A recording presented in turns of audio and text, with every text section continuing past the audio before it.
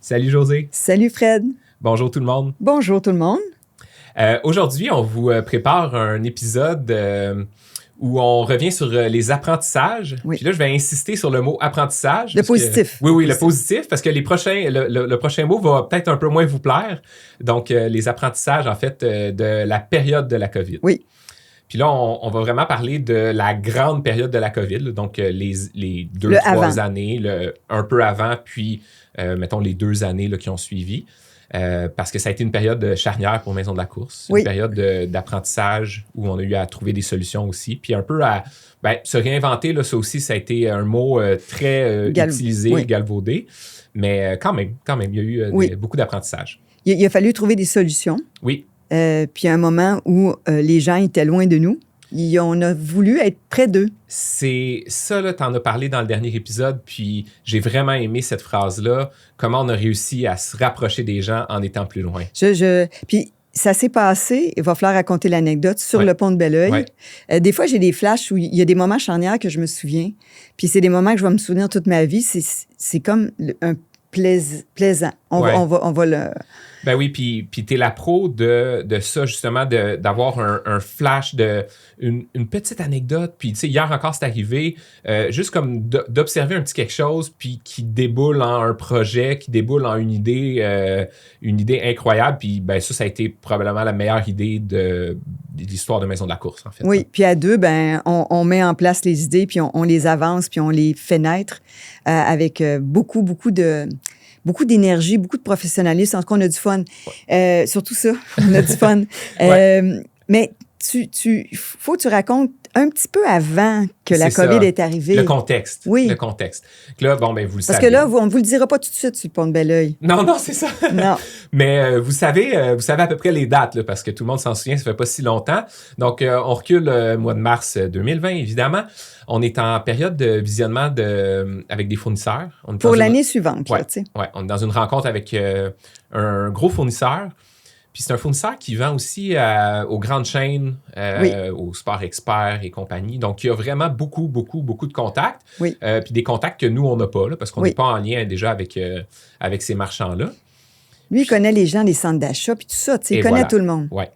Puis il nous arrive avec des infos. Il dit, tu sais, vous ferez attention, demain ou vendredi, ça s'en vient, les centres d'achat vont fermer, ça va être de manière préventive, mais ils savent pas trop où s'en aller, puis comme il y a tel centre d'achat qui vont être fermés, il faut qu'ils se parlent un peu. Il n'y a pas encore de mesures du gouvernement, mais ça se parle, ça se trame. Puis là, on se pose des questions. Mais comment ça? Je veux dire, pourquoi ils ferment? Là, finalement, le lendemain, on va se promener, Lionel, toi et moi. Puis il y avait raison. Ah oui? C'était fermé. Ça a commencé à fermer. Ouais. Et puis nous, au Québec, on n'avait pas conscience de ce qui se passait. Moi, j'avais eu quand même une certaine information parce que j'étais censée aller faire le marathon de Tokyo. Ouais. C'était le 3 mars. Et on parle de 2 semaines avant. Ouais. 2 semaines avant la rencontre avec notre fournisseur à peu près. Ouais. Donc, je suis censée aller faire ça. Puis 1 semaine avant le marathon, on reçoit un avis que Tokyo annule le marathon. Mm-hmm. Hey, 50 000 personnes qu'il faut que tu avises que tu annules le marathon. Oui, mais 50 000 personnes qui arrivent de partout dans le monde. Qui s'en viennent, qui ont réservé des hôtels. Imagine-toi comment la ville de Tokyo, puis imagine-toi, là, faut imaginer la portée de cette décision-là. Et moi, je reçois un courriel pour dire, votre marathon de Tokyo est annulé. Voyons donc, je rêve à ça depuis toujours. Je m'en vais là avec Lionel, les billets sont achetés.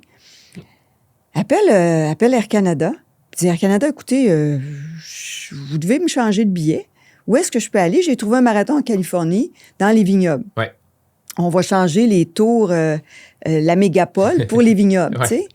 Moi, je voulais aller absolument faire le marathon parce que je me disais que je m'étais entraînée tout l'hiver, puis je voulais pas manquer ça. Mm-hmm. Et puis la COVID, ça doit pas être si sérieux que ça. Mm-hmm. Que Air Canada a accepté de changer mon billet, et Lionel, et on a pris l'avion pour s'en aller à San Francisco, puis on est allé dans les vignobles, moi, faire un marathon. Ouais. Et on a profité de la vie, on était là 1 semaine, on est revenu. Quand on est revenu, toi et moi, on commençait les visionnements. Oui, mais déjà à cette période-là, je me souviens que le retour, les aéroports, c'était quand même déjà, il y avait des petites mesures. Faut que je raconte ça parce que entre le moment où on est arrivé là-bas, 8 jours plus tard, quand on a pris l'avion pour revenir, ça s'était dégénéré. Là, Il était temps là, que vous reveniez. Il était temps. Puis dans l'avion, j'avais un petit peu le nez qui coulait. Puis là, je me disais, oh mon Dieu, ils vont me sortir de l'avion. Ça commençait à être inquiétant. J'ai pas eu la COVID, mais j'étais quand même très, très inquiète. Ben oui. Moi, l'air climatisé me fait couler mon nez, tu sais. Donc, et ça a été, pour moi, ça a été un peu ça, mais je m'attendais pas à ce que ça devienne... Et puis là, au Québec, ça a commencé comme ça. Ça a commencé. Donc là, on fait le tour des quelques centres d'achat dont on s'était fait parler. Puis là, effectivement, c'est fermé. Puis je me souviens plus quelle date exacte, là, mais c'était avant toutes les mesures, tu sais. Oui. Là, ça nous fait vraiment réfléchir de aïe, on veut pas être l'intermédiaire d'une éclosion. Puis tu sais, au début, c'était tous des mots, là, des mots nouveaux pour nous. Là, tu sais, le langage a évolué beaucoup là, durant la pandémie. Donc, je me souviens que ça nous a fait réfléchir un peu à comment on peut bien faire les choses. Au début, on ne savait pas, est-ce que nous aussi, on va devoir fermer? Nos employés? Ils ont des enfants? Et voilà. Est-ce qu'ils vont ramener la COVID parce qu'ils travaillent avec nous, puis il y a un client qui l'amène, puis ils vont le ramener à la maison? C'est ça. Ça nous inquiétait? Oui. Oui. Donc là, je me souviens qu'au début, on avait élaboré une petite stratégie. Puis là, c'est vraiment avant toutes les mesures du gouvernement. On avait élaboré une stratégie de rendez-vous. On s'était dit, on va prendre des rendez-vous avec les gens. Ah oui, je me souviens, on avait trouvé une application. C'est ça. Ah oui, j'avais oublié ça. On avait booké des rendez-vous. Puis là, finalement, ça se remplissait. Puis là, oui, on avait pris des rendez-vous un à un. Oui. Il y avait chacun 20 minutes, quelque chose comme ça, parce qu'on ne pouvait pas leur donner 1 heure, tu sais. Non. Mais au final, ça, on avait booké les rendez-vous et tout. Puis là, on s'est assis, puis on s'est dit, OK, non, là, ça marche pas. Là, on n'était pas à l'aise, on n'était pas confortable avec cette idée-là. Légalement, on aurait eu le droit. En fait, là, de faire un party dans la boutique. Puis, on aurait eu le droit d'opérer là, comme si de rien n'était. Mais là, pour nous, ça ne fonctionnait pas. Puis, on se disait... On avait l'impression que ça allait fermer de toute façon. On s'est dit, on va assumer. Puis, le mot « assumer » est important là-dedans. Puis, on va fermer avant. Puis, on va faire une publication sur les réseaux sociaux. Puis, on va annuler tous les rendez-vous. Et donc, on avait 3 boutiques. Et donc, les employés... Ouais. C'est terminé, là. On ferme. Fait qu'on a fermé... Le 16 mars. Oui. Quelques jours avant l'obligation du gouvernement. Exact. Mais là, c'était quelques jours avant, mais on ne savait pas ça allait être combien de jours. Puis, honnêtement, rendu là, on savait que ça s'en venait. On avait entendu parler. Sauf que là, on a commencé à avoir hâte, là, parce qu'on était un peu les seuls au début à avoir pris cette décision-là, avec quelques gros centres d'achat. Oui. Mais là, nous, Maison de la course, pas être ouvert, vous le savez. Là. Puis au mois de mars, c'est le début de notre grosse saison. Là. Littéralement, là, notre grosse saison commence entre le 10 et le 20 mars. Là. Littéralement. Mais ce qui est pire, c'est que, oui, les gens arrivent, mais les camions arrivent avec des palettes de stock. Ouais. Et quand ça recule, là, c'est font pip, pip, pip, pip, puis là, ils s'en viennent en arrière. Et là, ils arrivent et ils débarquent ça par palettes, les chaussures. C'est ça. Et vous imaginez, nous, on va fermer combien de mois? Exact. Et là, le stock rentre. Puis vous savez, là, on en a parlé dans un autre épisode, comment ça fonctionne, les achats, mais tout est acheté. Ça fait 1 an. Là. Oui. Tout est acheté pour le printemps, puis tout arrive au mois de mars. Mars, avril. Ça s'en vient là, comme un 10 roues, là, tu sais. Ouais. Donc là, on arrive le 16 ou le 17, on s'assoit, puis là, on se dit, OK, là, on est fermé. On est fermé. Première des choses. On est assis. On sait que ça s'en vient pour les autres, mais là, il faut faire quelque chose là, avec le stock, parce que, premièrement, il y a du stock déjà dans les boutiques. Oui. Oui, pas mal. Puis ça s'en vient, et ça s'en vient fort. Oui. Puis on est quand même dans les premières années de Griffintown, et on va revenir sur ça, mais Griffintown, c'était difficile. Ouais. Donc, la gestion d'inventaire à cette époque-là, pour nous, était un bon défi. Oui. C'était un bon défi. Donc, on n'avait pas le jeu de passer à travers une crise. Il fallait être très prudent. Oui. On n'avait pas tant de jeu que ça. Oui, c'est ça. Ça arrive dans la vie. Les entreprises ne sont pas toujours millionnaires. Là. Des fois, c'est difficile. Et moi, à cette époque-là, Lionel, il est à la retraite depuis longtemps, puis il y a des sous là-dedans, puis il a travaillé toute sa vie, tu sais. Puis moi, je me dis, oh mon Dieu, mais moi, je me mets à paniquer, là. Je me dis, paniquer. Dans mon cas, moi, je réussis à dormir quand même, mais je me disais dans ma tête, mais mon Dieu, Lionel a travaillé avec moi toute sa vie, puis là, dans cette crise-là, on pourrait tout perdre. Mm-hmm.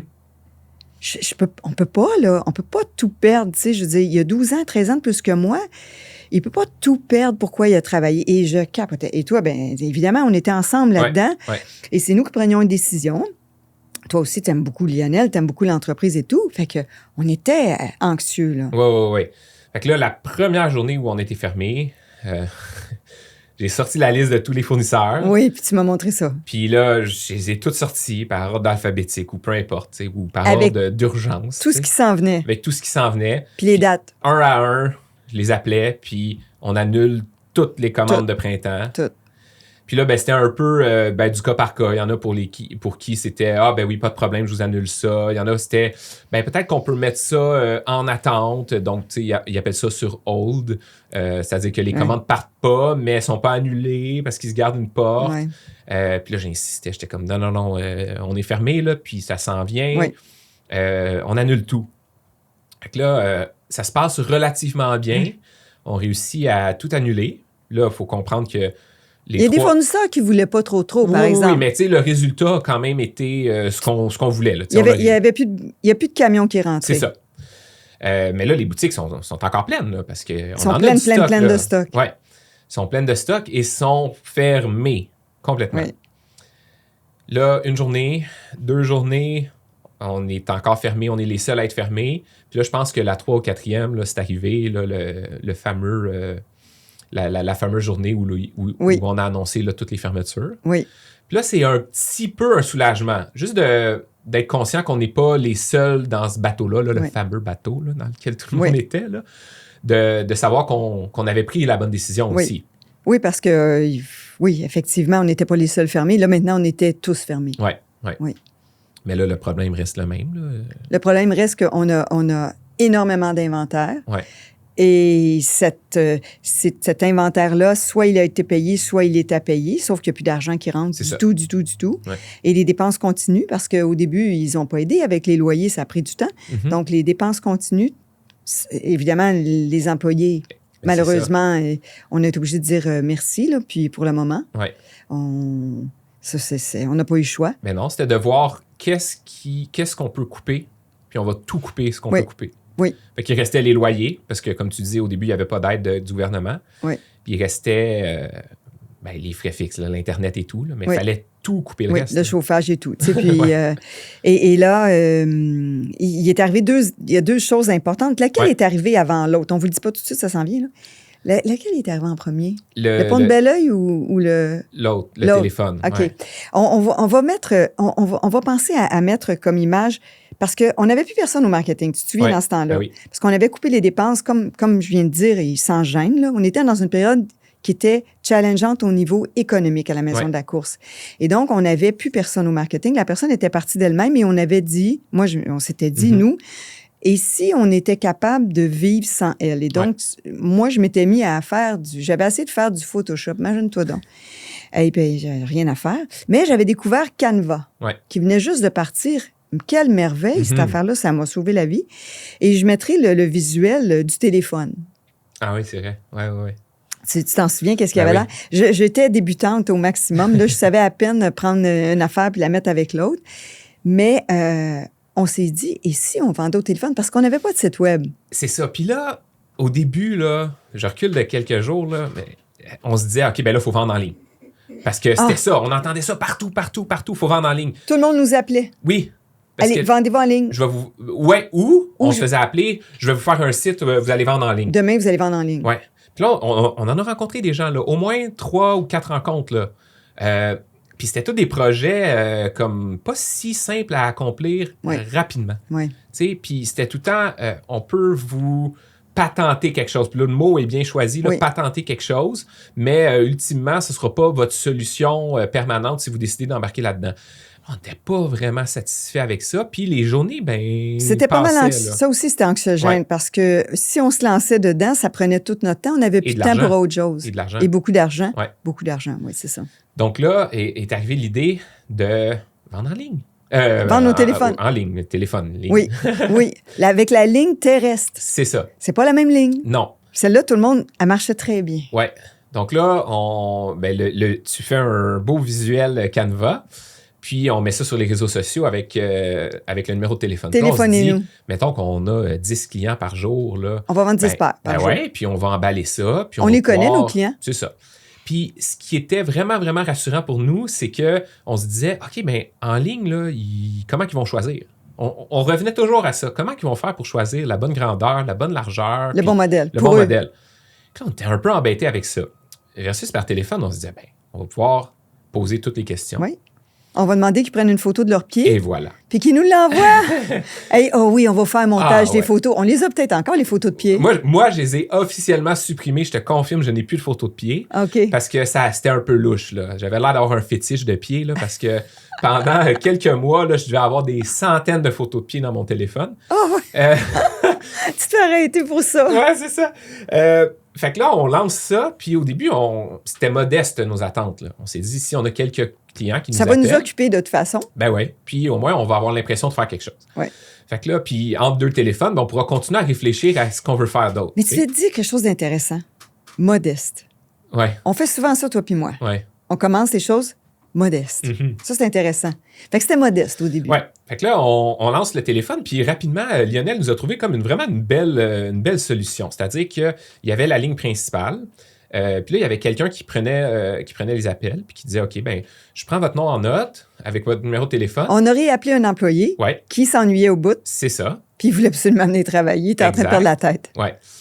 Puis José ou Fred vont vous rappeler dès qu'ils se libèrent. C'était vraiment ça la méthode. Fait que là, le téléphone principal sur lequel les gens appelaient, ben, il n'était pas engorgé parce qu'il fallait que les gens puissent nous téléphoner rapidement. Puis là, ben, Pascal, elle nous faisait des petits carrés, puis elle nous écrivait le nom de la personne avec le numéro de téléphone. Puis l'heure. Puis l'heure, oui, c'est ça. Puis là, elle les plaçait par heure. Donc, sur le comptoir. Devant nous. Puis là, c'était plein de tous les petits carrés. C'était une grande table. Là. Puis là, ça s'accumulait. Puis là, rapidement, on s'est rendu compte que ça allait pas être juste 10 par jour. Non. C'était plusieurs. Puis là, les petits papiers, Puis là, on arrivait, puis on les priorisait, tu sais. Du premier au premier arrivé, premier servi. Puis là, ben, des fois, il y avait des petites notes du genre pas disponible entre midi et 13 heures. Puis là, ben, on promenait les papiers, puis on les appelait. Puis là, ben, moi, j'avais mes écouteurs. Moi aussi. Mais là, il faut raconter que ça avait l'air du Téléthon pour ceux qui connaissent le Téléthon. Ouais. Puis moi, je me souviens quand on a tout organisé, ce setup-là, je me disais, mais c'est comme le Téléthon quand j'étais jeune. Vraiment. Puis on avait tout réaménagé la boutique pour qu'on soit comme un Téléthon. On avait tout tassé les meubles. Probablement. On avait tout tassé les meubles. On avait sorti aussi des paires du backstore. Oui. Les plus demandés, on avait fait des piles. C'est ça. Oui. Comme ça, ben, nous, ça permettait que on avait plus d'espace pour travailler. Puis ça n'avait pas besoin d'être beau parce que ça n'avait pas besoin d'être accueillant. C'était fermé. Non. T'sais. Ça faisait un peu dur. Là. Des piles partout. Puis là, rappelez-vous, en 2020, là, tout était de l'inconnu, tout était du nouveau. Oui. Puis là, on appelait les gens, là, puis c'est des gens qu'on connaît. Là. Oui. C'était des clients que ça fait plusieurs années qu'on côtoie et tout. Fait que c'était de prendre des nouvelles, c'était comment ça se passe dans ton coin, puis qu'est-ce qui se passe avec ton travail. Mais d'un autre côté, ils comprenaient qu'on avait beaucoup à appeler, fait que c'était pas si pire. Oui, mais il y avait quand même un peu là, de chaleur humaine quand même, il y en avait. C'est ça. Oui. Puis ça, c'était le fun aussi pour nous parce que ça nous gardait en lien aussi. Oui. T'sais. Puis là, ben, on a trouvé une méthode, nous aussi. On leur demandait des photos, on leur demandait des mesures. Fait que les gens mettaient leurs pieds sur une feuille de papier, mesuraient, nous envoyaient une photo de leurs pieds vus de haut. C'est pour ça qu'on vous dit qu'on avait des centaines de photos de pieds dans nos téléphones. Puis il faisait un tour de leurs pieds, comme quand tu étais enfant, puis tu fais ta main, là. Et puis là, ils mesuraient la largeur et la longueur. C'est ça. Et puis nous, ben, on leur sortait des valeurs sûres. Donc, des modèles qu'on savait qui allaient fonctionner avec leur projet, puis avec le pied, etc., leur historique aussi. Oui. Puis après ça, ben, on envoyait ça par la poste. Ou bien par Lionel. Oui. Et Fred. Ah oui, Fred. Moi aussi, j'en ai livré un peu. Ouais. Oui, mais c'est surtout Lionel qui livrait. Ah, il était drôle. Ouais. Hein? Il se faisait une... Là, on va mettre la photo de toutes les chaussures sur le bas du comptoir qui attendaient. Dans le fond, on avait trois secteurs. Fait qu'on avait le secteur comme Saint-Hilaire, parce qu'on avait tous centralisé les opérations à Saint-Hilaire. Fait que Autoburn, Saint-Hilaire, McMaster, etc. Ça, on faisait livraison. C'est ça. Puis moi, j'habitais à Verdun. Fait que je faisais tout ce qui était sur mon chemin. C'est vrai. Oui, parce que j'en livrais une douzaine par jour. Là. C'est vrai, vrai. J'avais oublié ça. Fait que tout Saint-Basile qui était proche, parce que je passais devant. Si t'avais du Saint-Lambert, là. C'est ça. Saint-Basile, Saint-Lambert, Saint-Bruno, tu sais. Puis là, je faisais la route en retournant chez moi à Verdun. Puis un petit peu à Verdun aussi, ce qui était proche de chez moi, tu sais. Fait que on avait réparti ça, puis le reste, ben c'était envoyé par la poste. Fait que Oui. Bureau Later, puis qu'on avait trouvé un peu cette méthode-là. Oui, ça allait bien. Ça allait bien, mais tu sais, tout était à apprendre, tout était nouveau pour Oui, nous. Là, tu sais. oui. C'était quand même... tu sais, Lionel, il partait des fois avec... juste Autoburn, tout ça, il partait avec une trentaine de paires, là. Ouais. Et il y en avait pour plusieurs heures à tout C'est ça. livrer ça. Ouais. Et il y mettait... il se faisait un chemin. Je pense qu'il ne le faisait pas sur Google. Je ne sais pas comment il faisait ça. Mais il se faisait son chemin de livraison. Mhm. Puis là, il arrivait chez les gens, puis c'était leur paire de chaussures qui arrivait par Lionel. Ils étaient tous Ouais. contents avec le camion maison de la course. tu sais. C'est ça. Ouais. Puis moi aussi, j'avais l'autre camion maison de la course. Fait que quand on livrait, on arrivait, on sonnait. Puis là, on sonnait, on reculait. Parce que là, les gens... Fallait reculer. Ouais. Puis des fois, ben, on était capable de leur dire bonjour à la porte. Des fois, ils en trouvaient à la porte. Ils nous demandaient comment ça Oui, allait. mais et tout. j'avais oublié qu'il reculait, c'est vrai. Ouais. Là. Ouais. On déposait la boîte, puis on Ouais, reculait. c'est ça. Hey, j'avais oublié ça. Ouais. Puis ça aussi, ben, chaque livraison, c'était une expérience un peu différente. Puis Oui. c'était des rencontres de loin. Oui. Oui, puis il y a des gens qui s'ennuyaient beaucoup, fait qu'ils avaient le goût de jaser. tu sais. Exact. Oui. Donc, ça faisait des journées quand même très longues. Mais c'était une formule qui a rapidement pris de l'ampleur, qui a fait boule de neige. Fait que ça a été une des solutions rapides. Oui. Puis tu disais tantôt des clients qui nous connaissaient, mais ça n'a pas été long que les gens ont vu Oui, sur Ça, c'est Facebook. bon. Ouais. Ils ont vu sur Facebook, parce qu'on avait mis des photos aussi des paires qui s'en allaient. On avait comme 100 paires une journée Ouais. qui s'en allaient. Puis là, les gens ont compris, je peux appeler, Ouais. je peux avoir un conseil personnalisé Et voilà. à distance, plutôt que d'aller sur l'Internet et de dire, je pense que je vais prendre ces bleus-là parce qu'ils sont belles.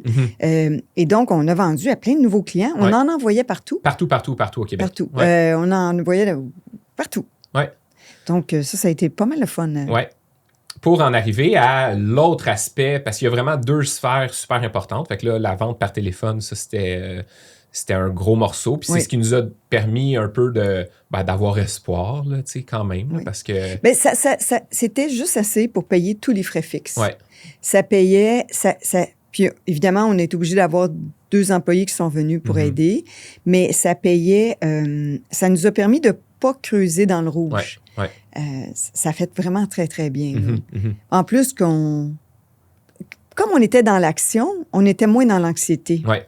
Parce que si tu es chez toi, là, puis tu te ronges les ongles, là, puis tu es dans l'anxiété, et tu peux pas être inventif, Puis c'est pas créatif. productif, puis Oui, ouais. mais là, on était tellement dans l'action, puis on se faisait appeler à journée longue. Écoute, c'est vraiment... oui, je me souviens, ça bougeait. Puis il faut vous souvenir, Fred, lui, c'est le premier qui a fait ça. Il a mis ses écouteurs, il mettait son téléphone dans sa poche, puis pendant qu'il était au téléphone, imaginez la patente. Il était au téléphone, il appelle. Bonjour, Myriam, c'est Fred, Maison de la course, qui te rappelle. Si tu t'appelles-tu un bon moment? Ça, c'est Fred, tu sais. Là, la personne, qu'est-ce que tu veux? Envoie-moi une photo, peut-être. OK, j'aurais ça qui était bon. Regarde, je t'envoie une photo de la chaussure. Il y aurait ça, puis il y aurait celui-là aussi qui serait bon. Ah ouais, mais je trouve le bleu plus beau. Écoute, je peux te l'envoyer. Mais il se promenait debout dans la place, comme un prédicateur, là, vraiment. Puis il faisait ses grands pas là, dans la place. Puis là, quand il avait trouvé la bonne paire, il la mettait sur le comptoir, puis c'est quelqu'un qui quelqu'un finalisait. rappelait. Oui. Puis là, il disait, Myriam, on va te rappeler dans 5 minutes. Ah oui. Il y a quelqu'un qui va te rappeler pour le paiement parce oui. qu'on avait découvert que comme ça, on était capable de parler à plus de gens parce que sinon, Ouais. on pouvait pas faire le paiement en plus. Fait qu'on avait 2 personnes aux caisses. C'est vrai, Diana était venue faire un peu Oui. de téléphone pour Puis prendre les paiements. Médéric en faisait beaucoup. Ouais. Fait qu'eux, ils faisaient juste des paiements. Ah, c'est vrai. Lionel, il faisait juste les livraisons. Puis l'emballage. Puis l'emballage, Ouais. il s'était Avec fait une Pascal, tendinite. puis C'était fait une tendinite. Ouais. Écoute, c'était rendu quelque chose. C'est vrai, j'avais oublié le bout où quelqu'un rappelait pour prendre le paiement. Oui. Nous, on faisait vraiment là, la belle job dans le milieu, là, Oui. le conseil avec le client et tout. Là. Fait que le premier appel, c'était pas nous. Fait que en fait, le client parlait à 3 personnes. Oui, c'est ça. Il y avait comme, tu sais, quand on dit escalader, là, Ouais. au début, il laissait le message. Après ça, il nous parlait. Puis après ça, il parlait à la personne pour le paiement. Et il s'est jamais arrivé que quelqu'un a dit, finalement, je ne les prendrai pas. Non, il était tellement content qu'on les rappelle. Oui. Et ça, c'était vraiment... Écoute, c'était un show. Moi, j'étais assise des fois, puis je me disais, c'est un show. Puis à travers ça, te souviens-tu, ma filière était un pouce d'épée avec les programmes gouvernementaux? Ah oui. Là, ça sortait de partout. Ouais. Puis là, je me disais, il faut ramasser tous les programmes gouvernementaux parce qu'on ne sait pas combien de temps qu'on va être fermé. Ben oui. Donc, on avait réussi à arrêter le flot des arrivages, Ouais. à réduire les dépenses énormément, à couvrir les fonds, les dépenses de base. On avait réussi à les couvrir. On savait que notre équipe était pour revenir parce que le gouvernement aidait. Ouais. Si on embauchait quelqu'un, le gouvernement aidait aussi à l'embauche de ces gens-là. Mhm. Tu te souviens Ouais, un petit peu? ouais, je me souviens. Mais les fameux programmes, Ouais. ça finissait pas. Et là, la chambre de commerce qui m'écrivait, il y a un nouveau programme. OK, mais il s'applique-tu à moi? Il s'applique pas à moi? J'ai-tu le droit? J'ai pas le droit? Ça n'en finissait plus. Ouais. J'étais toujours pris là-dedans. Puis moi, la bureaucratie, c'est pas ma passion. Je suis pas très patiente. Et il fallait que je m'en occupe parce qu'il y avait des dollars, là. On Ben était pour nous aider. Oui, puis on en avait besoin, là. On avait besoin de ces dollars-là pour passer à travers. Donc, oui, ça a été... ouf. Puis, on arrive à l'autre, puis comme l'idée là, la plus importante peut-être de l'histoire de Maison de la Course, celle dont tu parlais, là, qui t'est arrivée sur le pont de Belleuil. Mais tu étais là, je pense, Oui, parce qu'on oui, a parlé oui. ensemble. Ben oui, attends, mon souvenir est quand même assez clair là-dessus. On est sur le pont de Belleuil en voiture. On revient, je pense, d'aller chercher du stock à Sainte-Thérèse parce que il fallait qu'on aille chercher les inventaires. À un moment donné, tu as même vidé complètement Sainte-Thérèse et Griffintown. On a presque tout ramené. T'avais-tu loué un camion de déménagement? Non, parce que j'y allais, en fait, avant la journée de travail. J'étais à Verdun à ce moment-là, fait que je montais à Sainte-Thérèse. Ah oui. Je remplissais la vanne, en fait. Tu partais à 6 heures du matin. Je revenais à la boutique. Puis là, on avait cet inventaire-là de plus. Oui. Puis je faisais Griffintown, une journée sur 2. Puis on y allait avec ce qui était le plus important. Fait que les paires les plus en demande, et ainsi de suite. Oui, comme les paires performantes étaient, en tout cas... Oui. Puis rapidement, ça a fait en sorte que c'était pas 100% vide, mais c'était...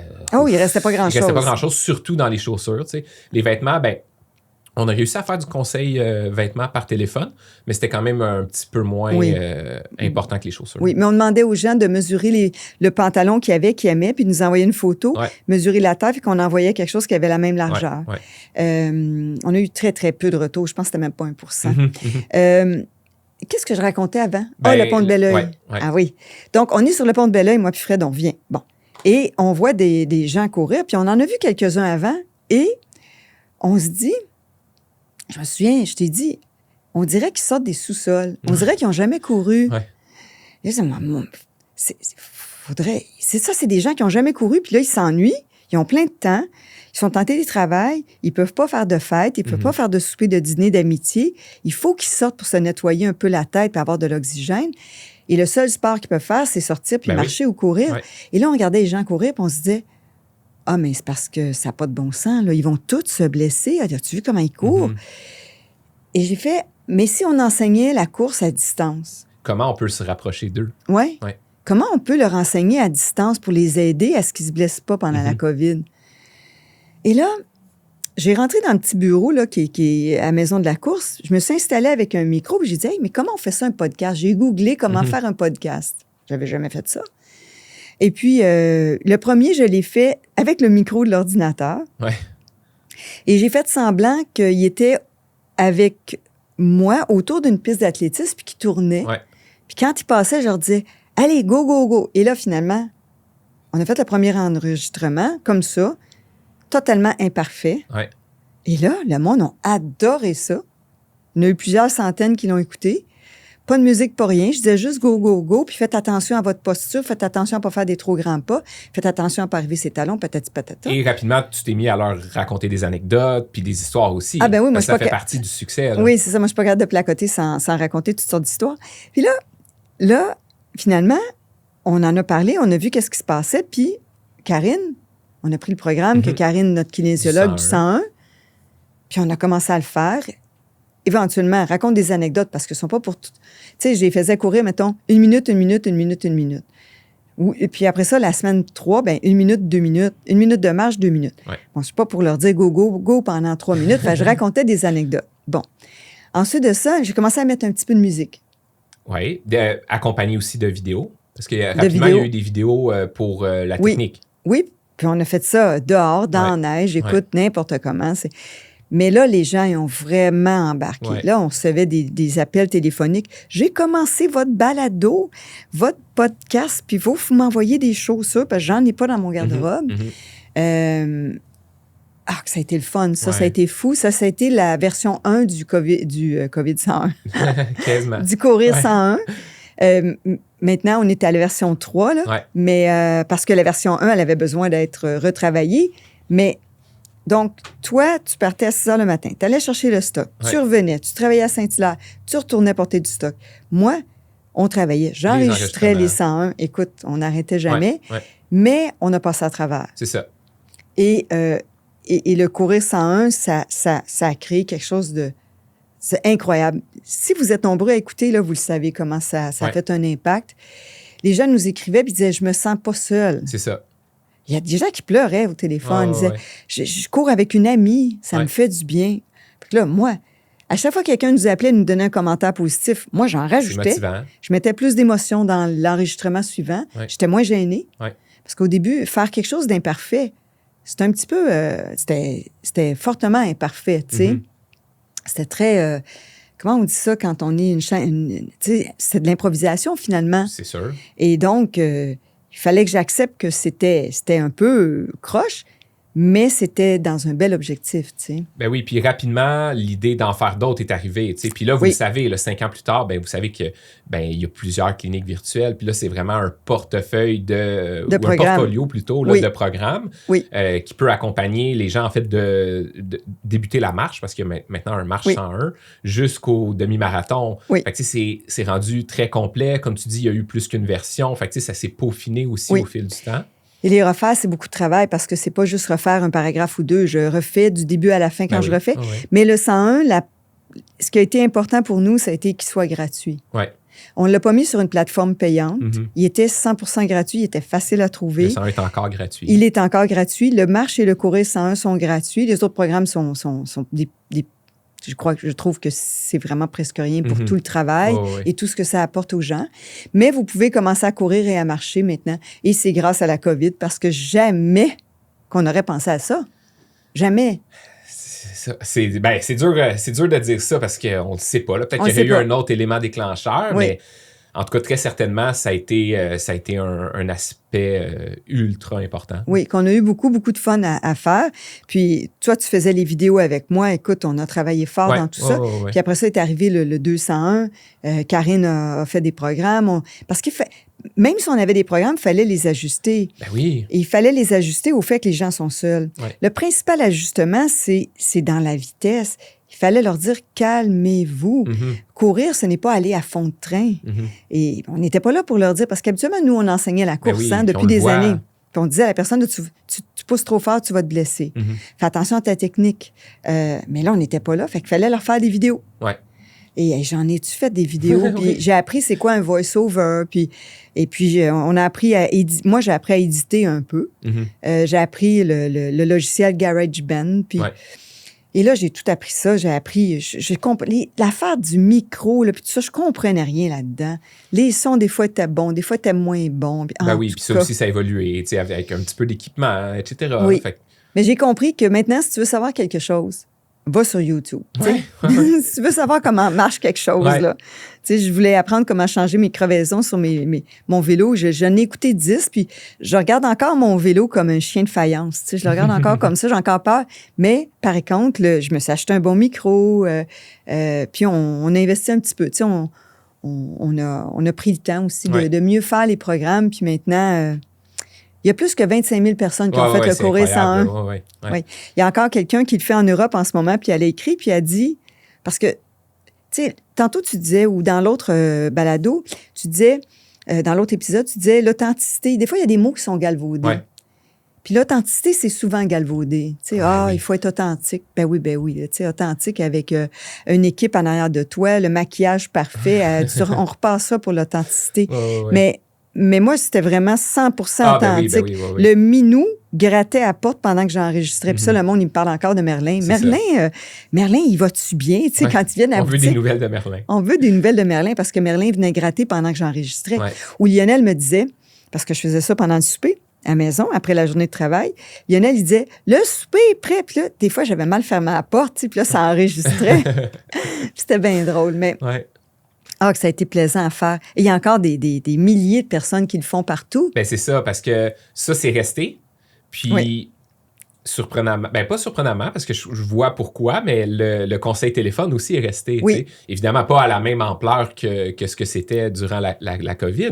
Mais à chaque semaine, on a Sur une semaine, on a entre 5 et 10 personnes qui nous appellent pour un conseil par téléphone. Oui. Puis, Ça, on aime vraiment ça. ben oui, puis on le fait un peu de la même façon que Avec des qu'avant. pieds, avec Puis des pieds. avec des photos de pieds encore. Puis avec on envoie des photos des chaussures. Oui. Puis on envoie ça partout au Québec. Puis encore, en prenant le temps comme ça avec les clients, mais ça fait en sorte qu'on a la bonne chaussure pour ces gens-là. Tu sais. Oui, parce que ça, c'est quelque chose. Tu sais, c'est bien beau de dire que tel produit est bon, mais est-ce qu'il est bon pour toi? Ouais. Et, tu sais, si je fais de la construction, puis on me dit qu'une Ferrari, c'est un bon véhicule, ben c'est pas ça que j'ai besoin. Mhm. Et puis, c'est pareil, les chaussures, maintenant, il y a tellement... Tu sais, on en a parlé dans un autre épisode, l'évolution des produits. Bien, les produits sont rendus... V'là 20 ans, il n'y avait pas tant de catégories Non, que c'est ça. ça. Mais maintenant, à 75 tu n'achèteras pas le produit qui est bon pour toi sur l'Internet. Ouais, c'est dur. Tu vas avoir beau lire, le produit ne sera pas adapté à où tu en es. Ouais. Donc, mais ça, on a du plaisir. Puis, on veut continuer à le faire. Puis, tu sais, dans les projets futurs, dans l'épisode précédent, on a parlé de marketing, puis on a parlé de marketing de proximité. Ouais. Mais je crois que le téléphone, c'est du marketing de proximité. 100%. Parce qu'on est dans les émotions avec la personne, on comprend qu'est-ce qu'elle vit, on comprend qu'est-ce qu'elle veut faire. Ça se fait pas à travers un écran. On fait pas un enfant à travers un écran. On fait pas... On crée pas une relation émotive, moi, je crois actuellement. Mais au téléphone, on est capable. On sent la personne. Ouais. Elle est contente, elle est triste, elle est inquiète, on le sent. Ouais. Et on peut travailler avec ça, tu sais. Vraiment. Oui, c'est le fun. Ça nous a laissé beaucoup la COVID quand même. Et il faut se souvenir que c'est pas juste le début qui a été un gros défi. Ah, mais non, mais c'est ça. C'est là où je veux en venir. Il y a eu plein d'autres défis. Puis autant au début, on savait pas quoi faire avec l'inventaire, autant après quelques semaines, c'est devenu un problème. Parce que là, ben en fait, on commençait à se dire, OK, ben là, on aurait besoin d'un peu de stock. On aurait besoin de remplir les trous. Parce qu'on a passé l'été avant à distance. Là, ça, ma mémoire fait défaut pour vraiment les périodes exactes, mais tu sais, c'était plusieurs semaines. C'est ça. Mais disons qu'on a passé, allons-y vaguement, on a quand même passé plusieurs mois avant au téléphone. Après ça, on a eu une période qu'on a eu le droit de réouvrir. Oui. Après ça, on a refermé. Exact. Ça, c'était dans le temps des fêtes qu'on a refermé, ça, c'est sûr. En plein hiver. Ouais. Et là...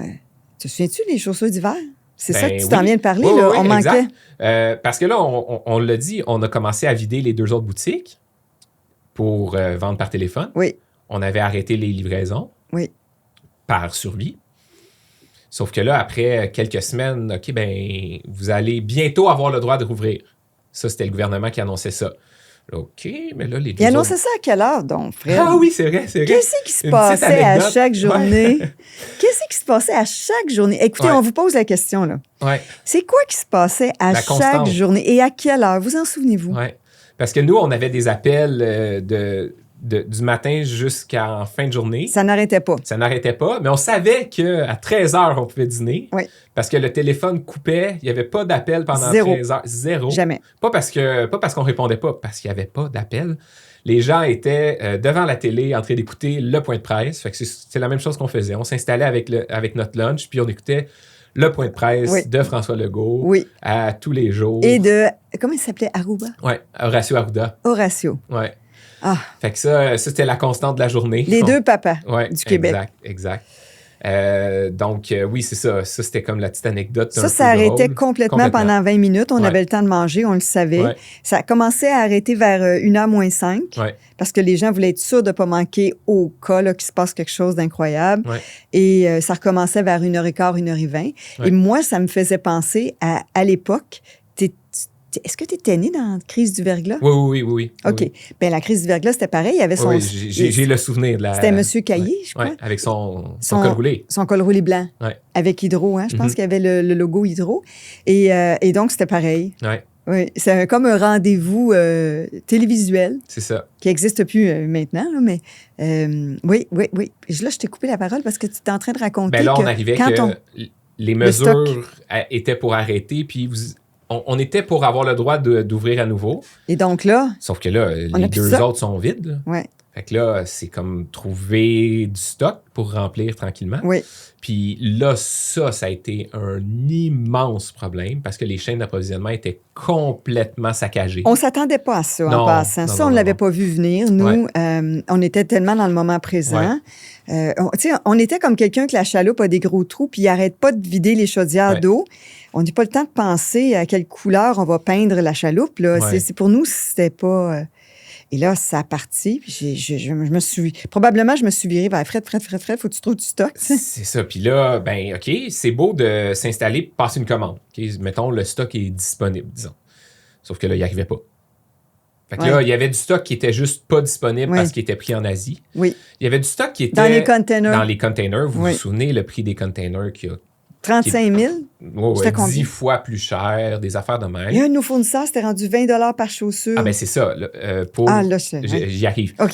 Fait qu'il y avait du stock qui était juste pas disponible. Il y avait du stock qui était disponible. On passe des commandes. D'habitude, 3-4 jours ouvrables, c'est arrivé en boutique. Là, 3-4 semaines, puis c'était pas arrivé. Et ça donnait pas de... Ça disait pas quand c'était pour arriver. Ah, ben non. En fait, il n'y a rien qui fonctionnait. C'était dans le vide. Les numéros de suivi, on en avait. Puis là, on disait ça au client, ah, votre chaussure est dans cet envoi-là. Ça me dit que je la reçois dans 2 jours. Mais là, dans 2 jours, ça faisait juste repousser la date. Puis là, des fois, ça écrivait prix à l'entrepôt. Puis là, des fois, on voyait que c'était à l'entrepôt à Ville-Saint-Laurent. Là. Puis ça pouvait être là pendant 6 semaines. Oui. Puis là, il y avait rien. Il y avait rien sur lesquels on pouvait. Les fournisseurs ne pouvaient pas rien faire non plus. Puis là, le stock arrivait quand il arrivait. S'il arrivait, littéralement. Puis là, il y a des fournisseurs qui ont commencé à envoyer des choses par avion. Donc, pour un peu contourner le problème des conteneurs, ils envoyaient par avion. Puis là, ben, c'était rendu, comme tu l'as mentionné, 20 $ par paire pour faire livrer de l'Asie jusqu'en Amérique du Nord pour une paire de chaussures. Une paire de chaussures. Imaginez-vous le coût total. Ça a été épongé par les fournisseurs parce qu'à ce moment-là, le prix des chaussures est resté le même. Fait que bref, ça a été vraiment, vraiment laborieux au niveau de la logistique parce que nous, on était dans l'inconnu. On passait des commandes, on ne savait pas quand ça arrivait, si ça arrivait, etc. C'était fou, mais ce qui était incroyable, c'est qu'on n'avait pas la sélection qu'on avait besoin. Mais non. Et là, il fallait dire, bon, OK, on n'a pas ce modèle-là, mais il faut trouver quelque chose d'équivalent. Et là, toi, tu passais tes journées, les soirées à essayer de trouver en plus quelque chose, là, parce que il fallait pouvoir offrir une belle sélection quand même. On ne pouvait pas offrir juste des choses. Et là, on a réouvert, mais là, il fallait... Est-ce qu'on réouvre les 3? Ben c'est ça. Puis rapidement, on est arrivé à la conclusion qu'il fallait y aller par étapes. Oui. Premièrement aussi pour tester un peu la méthode. Oui. Parce qu'au début, rappelez-vous, là, il y avait... Parce que là, vous vous souvenez des masques, vous vous souvenez de tout cet épisode-là, mais au début, là, il n'y avait aucune consigne. Oui. Rapidement, je pense qu'on est arrivé avec le principe de distanciation. Oui. Mais là, on a mis des X sur les bancs, une personne par banc. Toutes des solutions puis maison. On avait des genres de shield, des écrans protecteurs, mais ça, après ça, c'était pas obligatoire. C'est juste nous, on est arrivé avec ça, puis finalement, on s'est fait dire que ça valait pas grand-chose. On a eu des masques. Puis on a eu des masques, mais tu sais, tout était à refaire, tout était à réfléchir. Puis ce qu'on nous disait de faire changeait souvent, 3 fois dans la même semaine. Ben oui. Fait qu'on voulait se conformer, mais c'était difficile un peu de savoir quoi faire puis comment l'implanter. Fait que de se dire, on va tout mettre nos énergies à Mont-Saint-Hilaire pour commencer. On va voir, puis trouver une méthode. Puis après ça, on pourra rouvrir Sainte-Thérèse et ainsi de suite. Puis de s'en aller comme ça. Puis ça va permettre de se refaire un inventaire. Oui, parce qu'on ne pouvait pas remplir les 3 boutiques. Impossible. C'était vide. C'est ça. Oui, ça a été... Et là, on a réouvert Saint-Hilaire seulement. Oui. Et là, ils nous ont fermés. On a réussi à ouvrir Saint-Hilaire, à refaire un inventaire, ouvrir Sainte-Thérèse, et après, on a refermé. Et on a refermé pour quelques mois. Oui. Un bon 2, 3, 4 mois? Oui, je me souviens plus, mais c'était long. Là, tu sais. Oui. Fait que là, on est rembarqué sur les téléphones. Mais là, notre méthode était... là, on était rendu efficace, C'est vraiment. Ouais. Là, ça avait vraiment l'air d'un comment ça s'appelle, là, les sous? Les télétons. Un vrai téléthon. Écoute, c'était fou. Et puis, nos employés s'ennuyaient, puis ils voulaient donc travailler. Fait que quand on les appelait, il n'y avait pas de problème. Évidemment, on faisait attention entre nous. On avait nos masques tout le temps. Ouais. On s'était habitués, mais je me souviens, il y en a il y avait des petites... Ici, ça faisait mal un petit peu, là, tu sais. Ouais. Mais ça a été tout un défi. Et quand on a réouvert, quand ça a été le moment de... Parce que c'était un défi aussi, parce qu'il y a des grosses chaînes qui pouvaient vendre à un moment donné. C'est ça, à chaque jour, tout puis nous, était on pouvait différent. pas. Puis, c'est ça. Ouais. Nous, on pouvait pas, mais eux pouvaient vendre. Ils pouvaient vendre de la nourriture, mais il y avait aussi des running shoes. Ils avaient le droit d'en vendre, même si c'était pas la même chose que nous. Puis après ça, ils ont mis des zones. Ils ont mis des zones que là, ils pouvaient pas. Ouais. Puis nous, il faut savoir qu'on était à la limite d'une zone. C'est-à-dire que si on continuait 5 minutes sur le boulevard, on était dans une région où eux, ils étaient ouverts puis ils avaient le droit d'opérer. Fait que là, c'était... On avait une grosse chaîne qui, à 5 minutes de nous, était ouverte. Puis nous, on était encore fermés. Tu te souviens de ça? Ouais. Puis on pouvait pas rien faire. Ouais. Ça a été quelques semaines, là. Puis c'était une grosse chaîne qui vend les mêmes produits que nous. Oui, qui vendent les mêmes produits. Je pense que ça n'a pas été quelques semaines, je pense, parce que rapidement, on a été capable d'avoir là, avec certaines mesures. Là. Puis tu sais, on passe rapidement. Il y a beaucoup de détails là, qui nous échappent et tout, parce que je pense que vous comprenez un peu l'essence. Ça n'avait pas de sens. Que fallait à chaque jour réévaluer avec les informations qu'on avait. Là. Oui. Donc, on s'en est quand même sorti. Ouais. Ça a été un défi immense. Et quand on a réouvert, tant qu'à... On n'a jamais réouvert Griffintown. Et ça, évidemment, on veut faire éventuellement... On va y revenir, oui. On va revenir avec un... vous savez, dans la vie, puis je disais ça à un jeune homme qui a téléphoné pour travailler à Bromont, tu sais, dans la vie, des fois, tu recules pour mieux avancer. Mm-hmm. Et là, je faisais ma petite madame là, qui donne des conseils, tu sais. Et en tout cas, et puis je lui disais, tu sais, parfois, la vie, c'est pas comme monter. Des fois, tu redescends un peu, tu sais, puis le jeu... puis c'est pareil à la course, d'ailleurs, on fait ça à la course. Mais on n'a pas réouvert Griffintown. On a sécurisé l'entreprise, puis on a décidé de sécuriser vraiment pour longtemps. Ouais. Et on avait une clinique 101. Toi, ensuite, tu as parti de club. Il a fallu refaire notre énergie parce que notre énergie, après la COVID, on a été longtemps extrêmement fatigués. Oui. Moi, je dirais que j'ai été 2 ans complètement à plat. Oui, c'est ça. Ça a laissé des traces très positives, mais aussi ça a laissé des traces aussi sur nous, en fait. D'immenses fatigues. Puis, à un moment donné, on a vu qu'on s'en sortait au niveau de la fatigue, puis on était plus enclin à penser à des nouveaux projets. Ouais. Mais à un moment, on nous aurait dit... plusieurs mois où on disait non à tout. Oui. Tout. N'importe quoi. Non. Puis on avait décidé de dire non à tout. Oui. C'était assumé, puis on y allait avec conviction. C'était opérer les boutiques, consolider. Puis le mot consolider, là, en tout cas, moi, c'était un mot que j'utilisais souvent. Là, on consolide pour 1 an, là, puis on dit non à tout le reste. T'sais. Oui, tu nous suggères un nouveau modèle de tapis, on veut même pas, tu sais. Puis on a refait un peu notre santé puis notre niveau d'énergie, on en avait besoin. Ouais. C'était assez... Donc, ça a été un défi pour tout le monde, mais je pense que ça a été un défi. C'est hier... Avec qui on parlait qu'il y avait un restaurant? T'étais-tu là? On a parlé avec quelqu'un qui avait un restaurant hier matin. Ouais. Et la personne, elle disait « que j'étais content de ne plus avoir mon restaurant. Ouais. » Les gens qui avaient des restaurants, t'imagines? Mais c'est ça. Parce qu'au final, il ne faut pas oublier... On n'était pas seuls, là. On n'était pas seuls, puis on était quand même dans une industrie qui était en demande. Oui. On pense au restaurant, on pense au gym, on pense à... Il y a eu vraiment des secteurs du commerce de détail qui ont été vraiment plus... éprouvés par la COVID. Puis ça, on est quand même choyé d'avoir été dans un secteur qui était en demande. Puis il y a beaucoup de positifs qui est sorti de là, mais il y en a pour qui ça a été beaucoup plus difficile, puis qui n'avaient pas 1000 solutions pour se réinventer. Non, puis si tu vendais des skis alpins, je veux dire, toutes les montagnes étaient fermées. Mm-hmm. Nous, on vendait des souliers que toutes les rues étaient ouvertes. Ouais. Tu n'avais pas le droit de courir 2 ensemble. Mm-hmm. Mais tu pouvais courir chaque côté de ta rue. Oui, c'est ça. Puis les gens couraient puis marchaient vraiment beaucoup. Ouais. Et ça a même, je dirais, refait un petit boom de la course à pied, la COVID. Donc, en quelque part, je trouve que ça a peut-être aidé un peu. Mm-hmm. Donc, écoute, on en a raconté. On en a raconté beaucoup, puis il m'est revenu plein de souvenirs que j'avais un peu oubliés. Fait que c'était intéressant aussi à ce point de vue-là. Oui. Bien, écoutez, on parlait justement hier en préparation de cet épisode-là de comment on a encore plein de choses à vous raconter. Ouais. Et c'est... on en a pour quelques mois encore. oui, on vous parle de course, mais on veut vous parler aussi, c'est quoi être entrepreneur? Oui. Qu'est-ce que ça... Et humain et entrepreneur et avec vous aussi. Mhm. Donc, on est content de partager un peu de nos secrets puis de nos... des petites erreurs qu'on a fait, des bons coups qu'on a fait. On partage ça avec vous en toute sincérité et en toute ouverture d'esprit. Ouais. Donc, merci de nous écouter. Merci aussi pour les commentaires. C'est le fun quand vous venez en boutique puis que vous nous parlez du balado. On est content d'en jaser avec vous. Comme l'anecdote de ton ami. Oh, je l'avais-tu raconté? Oui, c'est vrai. On l'a-tu raconté? Non, on l'a pas raconté. J'ai un ami qui arrive puis qui me dit j'ai mis le balado sur ma montre puis je pars faire mon entraînement. Puis là, c'était l'épisode sur l'ouverture de Maison de la course, avant l'ouverture. Oui. Puis là, tu étais en train de raconter l'histoire sur l'expropriation. Oui. Puis là, sa montre, elle arrête. Plus de batterie, morte. Puis là, il est là. OK, mais là, ils ont-tu été expropriés finalement?